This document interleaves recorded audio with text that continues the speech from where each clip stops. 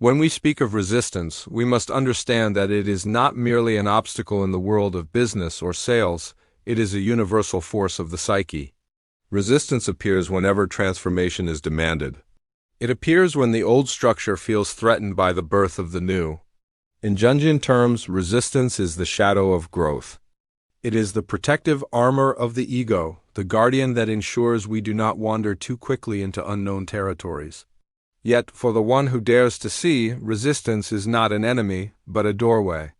To turn resistance into sales is to turn shadow into power, to turn hesitation into trust, and to turn fear into movement. Every sale is, at its heart, an archetypal encounter. You, the seller, stand as both guide and mirror. The person before you, the client, the customer, is not merely a figure holding money, but a psyche longing for transformation. They are resisting not you, but the unknown change you represent.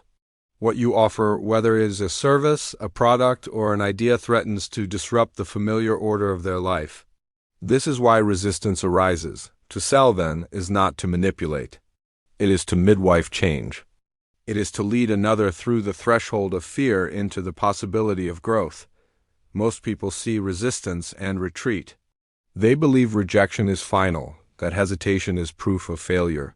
But resistance is not rejection, it is a sign of life. It is the psyche saying, something here has the power to move me, but I am afraid. If you can hold space for that fear, if you can understand that what they resist is not you but their own transformation, then you will find within their resistance the very energy needed to create connection and ultimately to complete the sale. The first keynote is this: resistance is projection.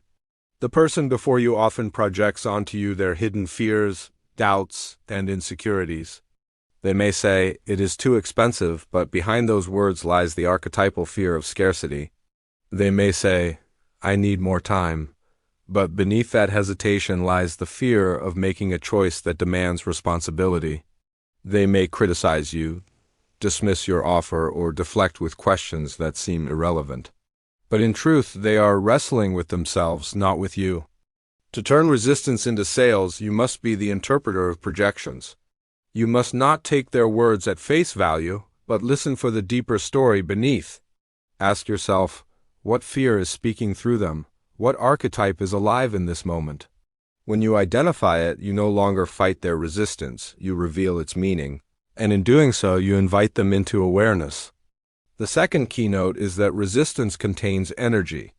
In Jung's psychology, whatever we resist has power over us. The more we push away an unwanted thought or feeling, the stronger it grows in the unconscious. In sales, when someone resists, it shows that there is energy present. Indifference is the true death of possibility. Resistance, on the other hand, is the psyche's cry of struggle at the edge of transformation. Imagine a client who passionately objects, who argues, who hesitates with intensity. This is not failure, it is vitality. Their energy is engaged with you. That energy, if redirected, becomes the very fuel of conversion. The skill lies in not extinguishing their fire, but channeling it. You do this by acknowledging the objection, by validating their fear, and then by gently reframing the resistance as a sign of value. If they resist strongly, it means they care deeply. If they hesitate, it means they are on the verge of movement. The third keynote is that resistance is an invitation to individuation. Jung described individuation as the process of becoming whole, of integrating the parts of the self that were once disowned or hidden. Every sale, when seen symbolically, is a microcosm of individuation.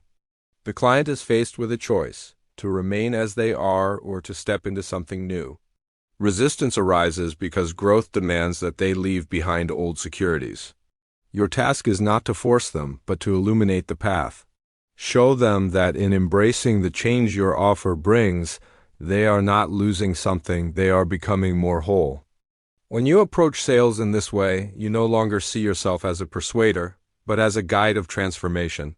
You stand at the crossroads with them, holding the lantern of insight, showing them that beyond resistance lies integration. The fourth keynote is that resistance dissolves in the presence of authenticity. In Jung's terms, the persona, the mask we wear for society, creates distrust when it is too rigid, too artificial. Many salespeople fail because they wear a mask of manipulation, a persona designed to convince rather than connect. But the unconscious of the client senses this falseness immediately. Resistance hardens when it meets inauthenticity. To turn resistance into sales, you must strip away the persona and meet the other as self to self. Speak not from scripts alone, but from genuine conviction. Share your truth about why what you offer matters. Admit imperfections, show your humanity, and most importantly, listen. Authentic presence disarms resistance, for the psyche hungers not for manipulation but for truth. The fifth keynote is that resistance transforms through story. Jung taught us that the psyche speaks in symbols, images, and myths. Logic alone rarely moves the unconscious. A client may understand your facts, your numbers, your features, yet still resist. Why? Because their unconscious has not been engaged. To break through resistance, you must speak to the myth within them. Tell stories of transformation, of struggle and victory, of someone like them who hesitated, resisted, but then chose, and in choosing was changed. Stories bypass resistance because they speak the language of the soul. A single story authentically told can do what hours of rational explanation cannot. It can make the unconscious say, "Yes, this is me." When you integrate these 5 truths: projection, energy, individuation, authenticity, and story, you begin to see resistance not as a wall, but as a doorway. You no longer fear objections, but welcome them as signals of engagement. You no longer shrink back when someone hesitates, but lean in with curiosity. You no longer see sales as transactions, but as archetypal journeys of transformation. Let me take you deeper into this. Imagine a moment where a client says, "This is too expensive." The untrained mind hears rejection. The wise mind hears the archetypal voice of scarcity, the ancient fear of loss. If you argue facts, you push them deeper into fear. But if you acknowledge the projection, "I understand that money represents security, and it feels risky to let it go," you show that you hear the soul beneath the words. Then you reframe, "But sometimes investing in the right thing is not losing security, but creating it." Suddenly, resistance softens. The sale becomes possible. Now imagine someone says, "I need to think about it." The impatient seller pushes, pressures, manipulates. The Jungian seller listens. "Of course you need time," you say, "because this is more than a purchase, it is a choice about who you are becoming." In that moment, the client realizes that their hesitation is not about you, but about themselves. They see their resistance reflected, and in seeing, they gain power. You have not manipulated them, you have guided them. Another client says, "I don't think this is for me." Here, resistance appears as rejection. But ask, what part of you feels this is not for you? Perhaps they reveal a fear of change, a doubt about their worthiness, a belief that they are not ready. In hearing themselves speak, they begin to see that the resistance is within, not without. This is the alchemy of turning resistance into sales, not by crushing it, but by illuminating it. Understand this: selling is shadow work. Every objection is a shadow knocking at the door. Every hesitation is a shadow whispering, "I am afraid." If you confront the shadow with force, it grows stronger. If you deny it, it sabotages you. But if you meet it with curiosity, patience, and compassion, it reveals its treasure. The treasure is trust. The treasure is movement. The treasure is the sale. To turn resistance into sales, you must also turn your own resistance into mastery. For is it not true that within you, too, lives resistance? Resistance to rejection, resistance to failure, resistance to vulnerability. Many sellers hide behind scripts because they fear the rawness of authentic connection. Many shrink from objections because they take them personally, forgetting that the client is wrestling with their own psyche, not with the seller's worth. To master resistance in others, you must first master resistance in yourself. Face the shadow of your own fear. See rejection not as proof of inadequacy, but as proof of engagement. See hesitation not as your failure, but as the threshold of their transformation. The one who has integrated his own shadow becomes fearless in the face of another's resistance. Resistance, then, is not to be overcome, but to be transformed.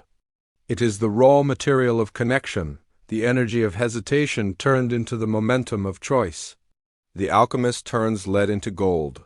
the true salesperson turns resistance into sales. But this is no mere technique, it is an art, a psychology, a spiritual practice. It is the practice of seeing deeply, listening truly, and guiding wisely. When you embody this, you will notice something remarkable. Clients will begin to feel that you are not selling to them, but walking with them. They will sense that your concern is not merely the transaction, but their transformation. And in that atmosphere, resistance ceases to be an enemy. It becomes a companion. It becomes the very path to trust. And where there is trust, sales are not only made, they are made with joy, with meaning, with integrity.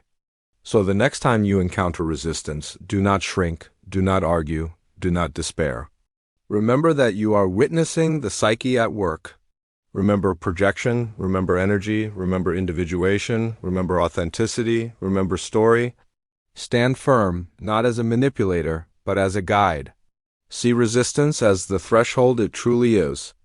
Cross it with wisdom, and you will find that what once appeared as an obstacle has become the very force that carries you forward.